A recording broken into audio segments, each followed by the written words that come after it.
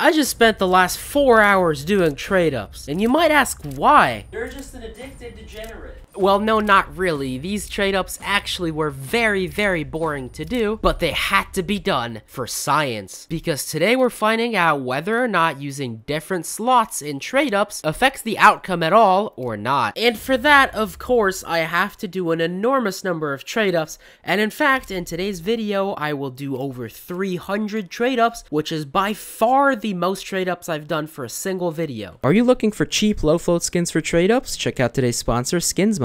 It's the most convenient trading bot site where you don't have to overpay for low floats. I found this 0.08 Op Elite build and this 0.09 M4 Tooth Fairy, and the tradable M4 was delivered to my inventory instantly. If you apply code TechSavvy, you get a 5% deposit bonus, and you also get a $5 trading bonus when you start trading. Don't worry if you don't have any skins, just head over to Freebies and you'll find 3 giveaways, all the way up to a Gut Knife Gamma Doppler, so use my link in the description to start finding deals on low float skins today.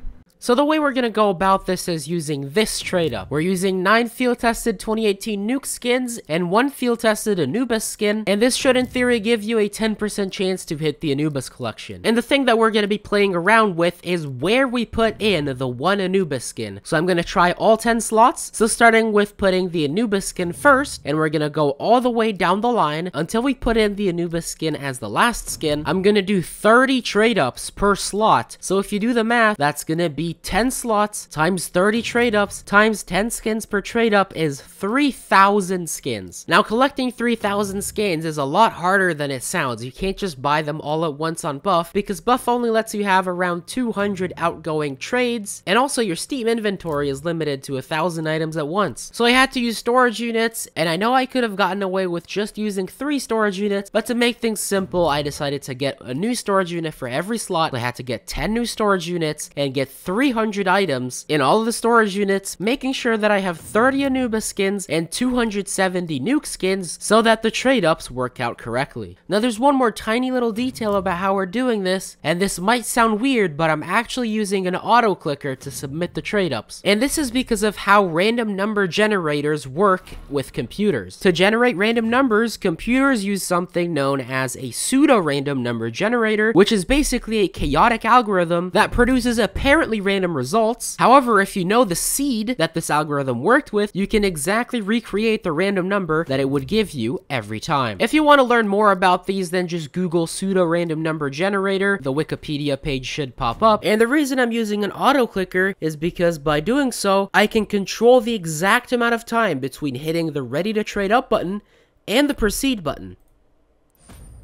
Alright, so let me actually do a trade up, and then I'll show you how this auto clicker works. So I put the inlay in slot 1 because we are on slot 1, and then we put the UMP facility darks. Once they're all in, I'm not touching anything. I just hit F4 and it does the trade up for me with exactly 1,000 milliseconds between hitting ready to trade up and proceed. Now, to be honest, I have no idea if that time difference is what CS2 uses to generate the outcome of the trade up, but there's definitely no harm in controlling every parameter that we can. 300 trade ups later.